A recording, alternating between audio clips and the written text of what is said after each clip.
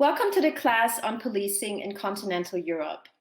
This class is about anti-colonial, post-colonial, and Black critiques of policing. As most of you know, the world has seen huge anti-racist protests for Black lives last summer, and many of the organizing processes not only preceded these uprisings, but they are, of course, continuing. The protests crystallized around policing, although simultaneously pointing at the broader dimensions of criminalisation and control, as well as the state-sanctioned production of premature death of especially Black and other racialized poor folks and communities. These protests, although starting in the US, unfolded globally very quickly. This global unfolding again demonstrated that policing is not only a violent institution in the US. Now, in the course of this lecture, I will discuss how policing unfolds alongside a differential as well as intersectional logic, which is connected to the histories of empire, colonialism, and racial gendered capitalism. This logic of differentiality is something that is not roughly considered in classical critical theories of policing. So by drawing on anti-colonial, post-colonial, and Black critiques of policing, we are actually able to rethink the function of policing, its relation to violence and safety, and can thus further contribute to conversations on emancipatory alternatives. In the last part of this lecture, I will concentrate on contexts within continental Europe, namely France, Germany, and Switzerland, as these are often marginalized in the international discussion on policing, in the struggles for Black lives and abolitionist alternatives. But let me start with sketching out some of the fundamental pitfalls of more classical concerns and critiques of policing in European thought, in which the police is understood as one of the most fundamental concepts of Western bourgeois society. Critical social theories of policing depart from rather heterogeneous approaches, ranging from Marxist to post-structuralist approaches, and analyze the forms, effects, characteristics, and mechanisms of policing in relation to societal systems of power and oppression. Now, in these critiques, police is understood as a societal relation of power, which reproduces discourses, practices, and ideologies of criminalization that also go beyond the mere institution of the police. The three pitfalls I discuss are closely related to a form of methodological Eurocentrism, which tends to conceal not only the global formations of policing, but further the colonial undersides of the modern institution of the police. The modern institution of police cannot only be understood in the framework of the constitution of European nation states. Western European nation states were rather colonial empires than nation states, and were constitutively connected with gendered racism, enslavement, and colonialism, as Gominda Bamra and others remind us.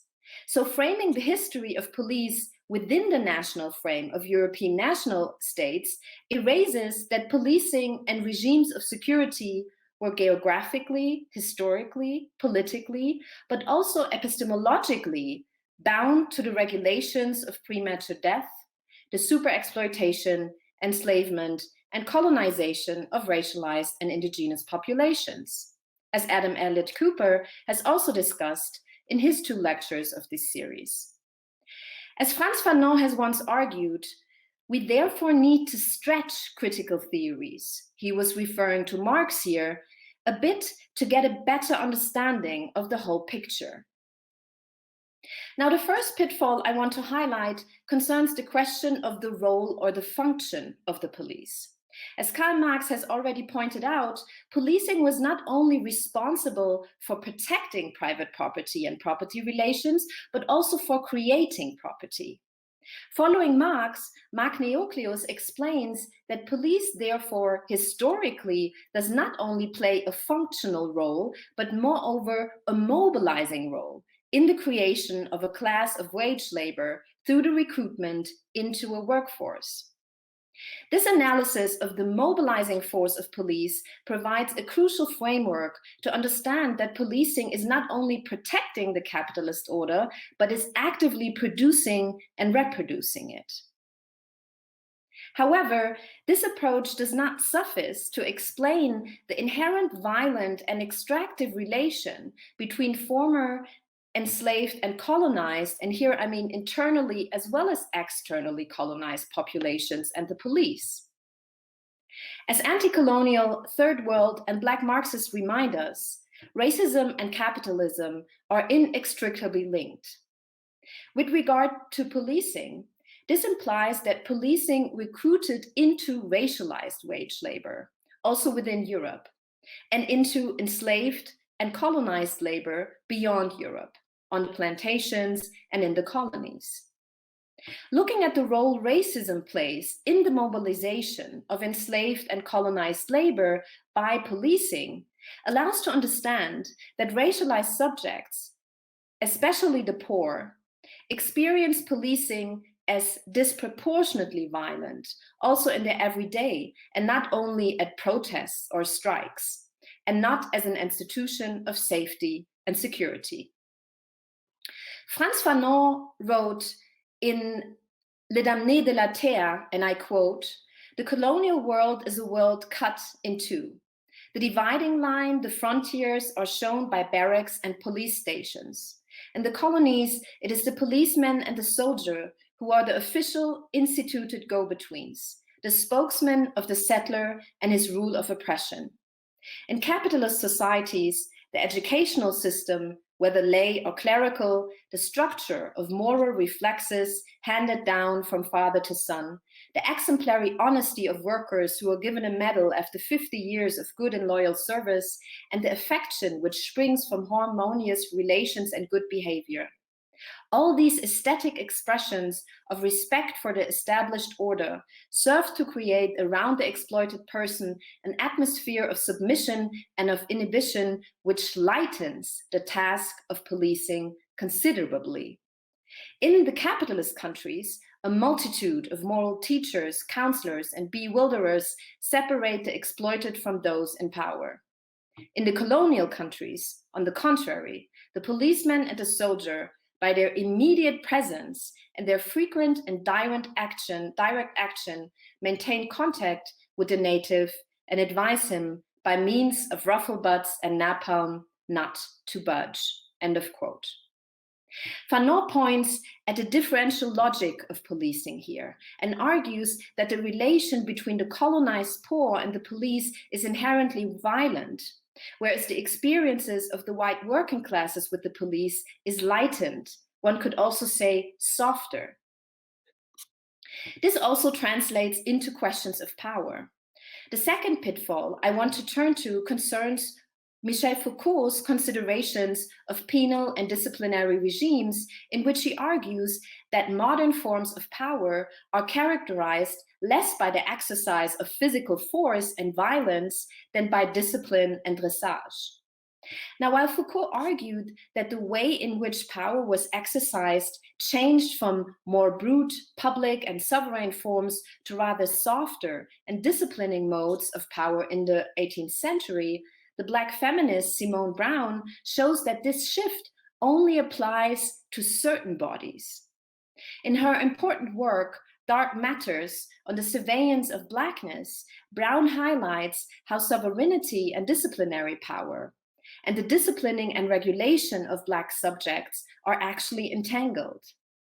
She argues that while the penal regimes have changed for Foucault from sovereignty to forms of discipline, this does not apply to the historical formations of racialized power in the same way. I quote, "While Foucault argued that the decline of the spectacle of public torture as punishment may have marked a slackening of the hold on the body, this chapter contends that when that body is Black, the grip hardly loosened during slavery and continued post-emancipation with, for example, the mob violence of lynching and other acts of racial terrorism." I think when we consider the policing of Blackness as well as the policing of race, and the very often open forms of brute violence that come with it, Brown's arguments also holds for various contexts beyond the US. The third point I would like to discuss concerns the dimension of subjectivation. In his work on ideological interpellation, Louis Althusser described the scene of modern subject formation through the interpellation by the police when shouting, "Hey, you there." It is through being hailed by police that the subject becomes a subject, according to Althusser. So the modern subject of rights and of the state is thus a subject constituted by and through police. Simultaneously, involved in the logic of law and order, the modern rightful subject not only recognizes its subjectivity, but further recognizes and desires itself as a subject with rights that must be protected. Althusser, however, seems to ignore the racialized and also gendered dimensions of policing in his thoughts on interpellation as constitutive for modern subject formation. Let me spell out a thought experiment. Could it be that the subject in Althusser also turns around because he, pronouns on purpose, can be relatively sure that he will not experience repressive force by the police? How about individuals whose everyday is impregnated by direct or indirect repressive control of the police? Isn't it most likely that they will try to escape from the control, or not actually feel their subjectivity as subject of rights, as they are not hailed as a state subject, but as an enemy of the state? Here is a banner from a manifestation in the struggle for justice for Theo Louaka and Adama Traoré, mainly waged in the urban racialized working class districts of French outer cities. Theo Louaka was brutalized and sexually violated by the French police on February 2nd, 2017, and Adama Traoré died in police custody on the 19th of July in 2016. The claim we see on this banner reads, "Theo and Adama remind us why Ziad and Bouna ran away." Ziad Benna and Bouna Traoré were the two youngsters who were electrocuted on October 27 in 2005, while they were actually trying to escape from a racist police control. And this claim, Theo and Adama remind us why Ziad and Bouna ran away, speaks to the condition of constantly being on the run, and not for a mode of subject formation as state subjects with rights. Althusser's scene of subjectivation engages the modern subject as one with property rights, or with at least the promise of rights as a citizen. Linking modern subject formation with the development of racial capitalism and its modes of policing and punishment, we can begin to understand that the policing of race is constitutive for modern subject formation. What the Bana and the many experiences and theoretizations of Black, brown, and poor communities actually tell us is that we are interpellated by police differently, alongside intersectional vectors of domination and exploitation. These critiques of policing unravel the differential logics of policing, which are actualized in current neoliberal conjunctures in which policing is more and more about the management of racialized surplus populations, also in postcolonial Europe. I want to turn to the lived experiences of policing of Black, brown, and migrant groups in contexts such as Germany, France, and Switzerland, as they further prove to ground this differentiality, the modes of violence policing entails, and the possibilities of resistance. In many post-colonial contexts of continental Europe, race is hegemonically not considered a relation of structural dehumanization, exploitation, exclusion, inequality, and subordination. However, racism is nevertheless institutionalized and pervasive and impacts practices, labor regimes, legal regulation, and also norms of policing. In the last years, the issue of racist policing has gained more public attention in the above-mentioned context due to Black, migrant, and people of color organizing around racial profiling. Various community organizations and networks, cop-watch collectives, human rights organizations, and legal networks in these contexts emphasize that everyday policing as a form of organized, silent, slow, but also fast and loud violence represent normalized and everyday experiences for many vulnerable and racialized groups, especially along the intersections of class, gender, sexuality, migrant status, and mental health. These experiences are normalized as they are often not seen or registered by dominant parts of the society and rather represent the norm than an exception. Further, they are often legitimized as policing is embedded in societal forms of criminalisation so that dominant parts of society either do not see the violence in policing or perceive police subjects as criminal, hence as perpetrators and never as victims of police violence. Thus, what are often perceived as exceptions or as individual cases with regard to policing, such as incidents of police violence, represent an everyday experience for many marginalized people, especially members of multi-marginalized groups.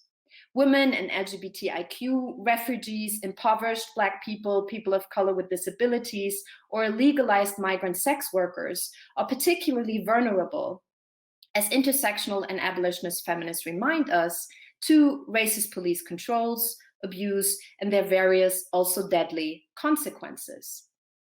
So policing is not only differential, but further draws on and shapes intersectional forms of violence, which means that subjects who experience interlocking forms of exploitation and domination simultaneously, such as racism, migration regimes, heteropatriarchy, ableism, and economic deprivation, are particularly vulnerable to policing and experience of policing alongside these dimensions of violence.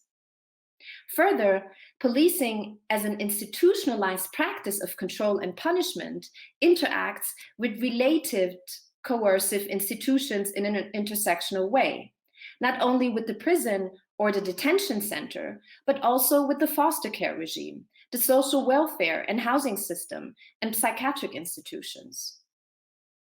In her important work based on activism and legal support of Black women, Indigenous women, and women of color, Invisible No More, Police Violence Against Black Women and Women of Color, Andrea Ritchie shows that policing is an everyday experience for racialized women and gender nonconforming folks in the US who are brutalized alongside gender lines, often represented as promiscuous and read as sex workers, policed as mothers, and left without protection, and often experience sexual assault and violence by police.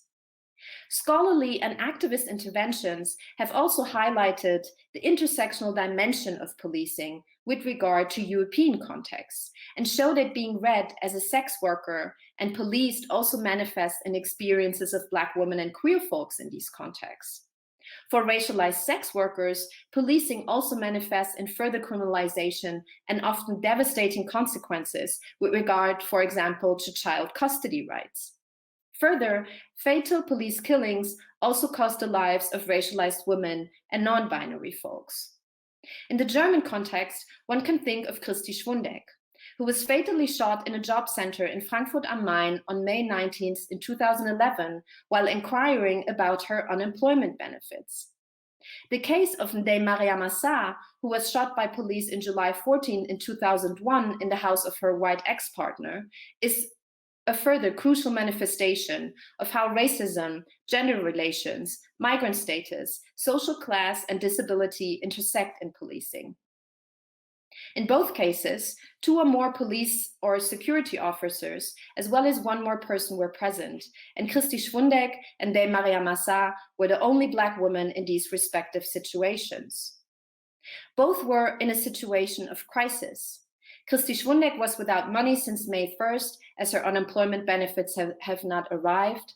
Ndeye Mariama Sarr wanted to pick up her 2-year-old child from her white ex-partner from whom she had separated. He had brought the child to his parents and applied for sole child custody without letting her know. Both shots were fired shortly after police arrived. Mariama Sarr was one of the first persons in Germany who was shot by the new PEP, Polizeieinsatzpatrone, a special bullet with a mushroom effect, created to gun down very violent attackers, a category which is often already inscripted and tattooed on racialized skin. In both instances, public persecutors closed the case on the grounds of self-defense.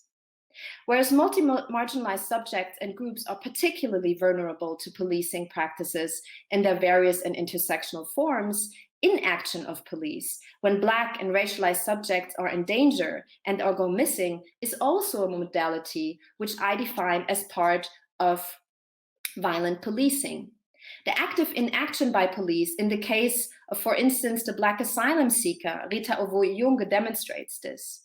Oyunge was missing since April 7 in 2019.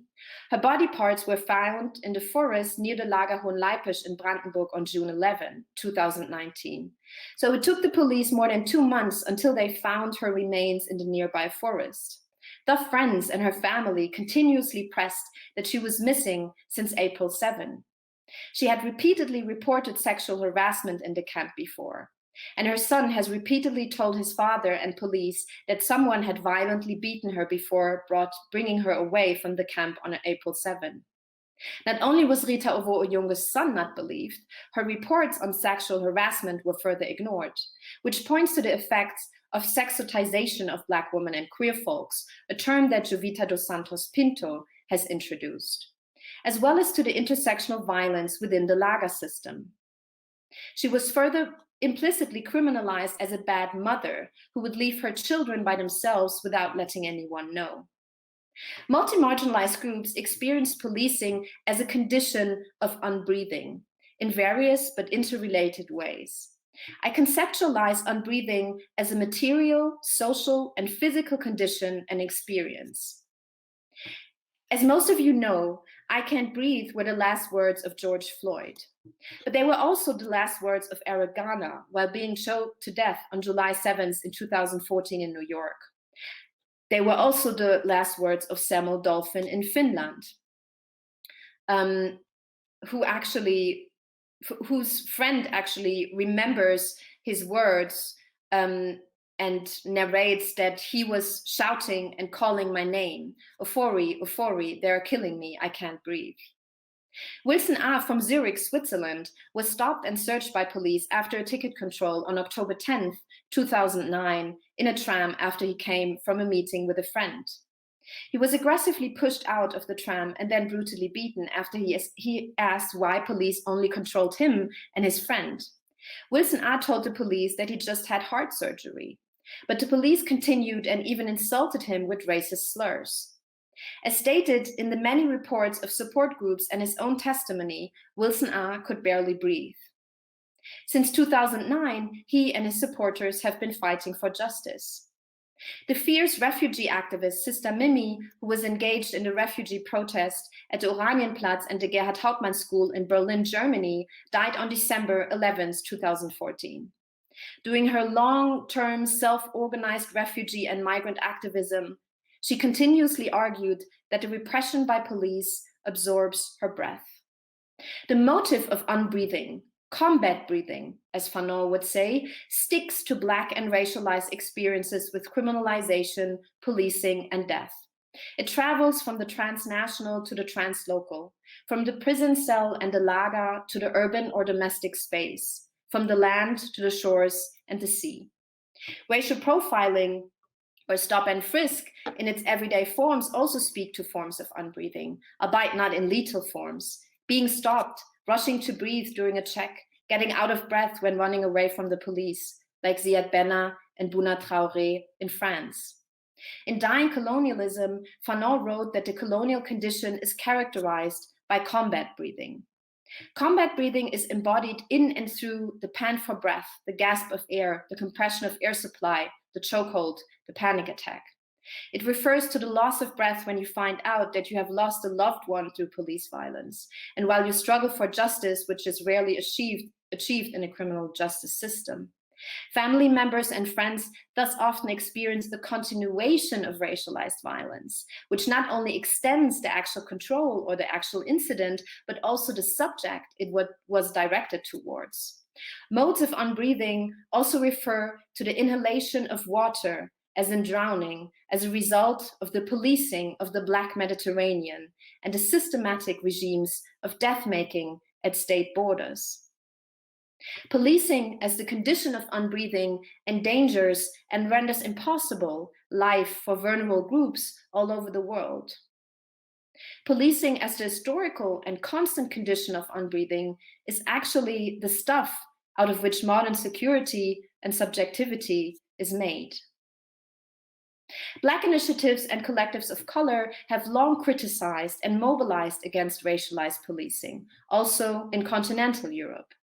They thus challenge the racist status quo and reveal that an institution which was constituted at the heart of colonial modernity and in alleged protection of democracy produces the necropolitical gendered condition of unbreathing. Documentation plays a crucial role in this in order to make a societal invisible practice visible. And besides documentation, various initiatives actually support victims of racialized profiling and racist policing by creating spaces in which police subjects can share their experiences and seek various forms of support. The claims of many of these organizations and initiatives span from the abolition of preventing policing methods to the inclusion of racial policing in anti-discrimination law. Moreover, the establishment of independent report and documentation offices is something that most of the groups are calling for. But there are also collectives and groups that draw on an understanding of safety that is neither grounded in nor based on violence. Since centuries, abolitionists have challenged and resisted regimes of punishment, surveillance, and organized violence by also exposing the logics of racial gendered capitalism. From the abolition of enslavement to the abolitionist anti-colonial struggles, from struggles against apartheid to systems of lynching and imprisonment. Policing and the ways it relates to all these systems has and is being challenged as a crucial component of abolition. But the various forms in which systems of oppression make us reproduce violence also within our own communities and on interpersonal levels are also subjects of abolition. Drawing on various methods, such as community accountability and transformative justice as politics of care that challenge all forms of violence, abolitionist initiatives and movements demonstrate in important ways that abolition is not just about getting rid of violent institutions or relations such as the police, but about building institutions and relations which stand in stark contrast to the politics of violence and death, as they render possible breathing and life, institutions in which life can flourish, as Ruth Wilson Gilmore argues. Abolitionist intersectional collectives have done crucial work with regard to developing concepts that withdraw and divest from forms of state security and punishment, which always and already put our lives at risk, not as an exception, but as the inherent logic of these systems. Their fugitive practices, developing modes of abolitionist care and taking care of each other, practices of memory making and transformative justice have a lot to offer to global struggles for justice, as well as important revisions of our sociological understandings of police, safety, and security.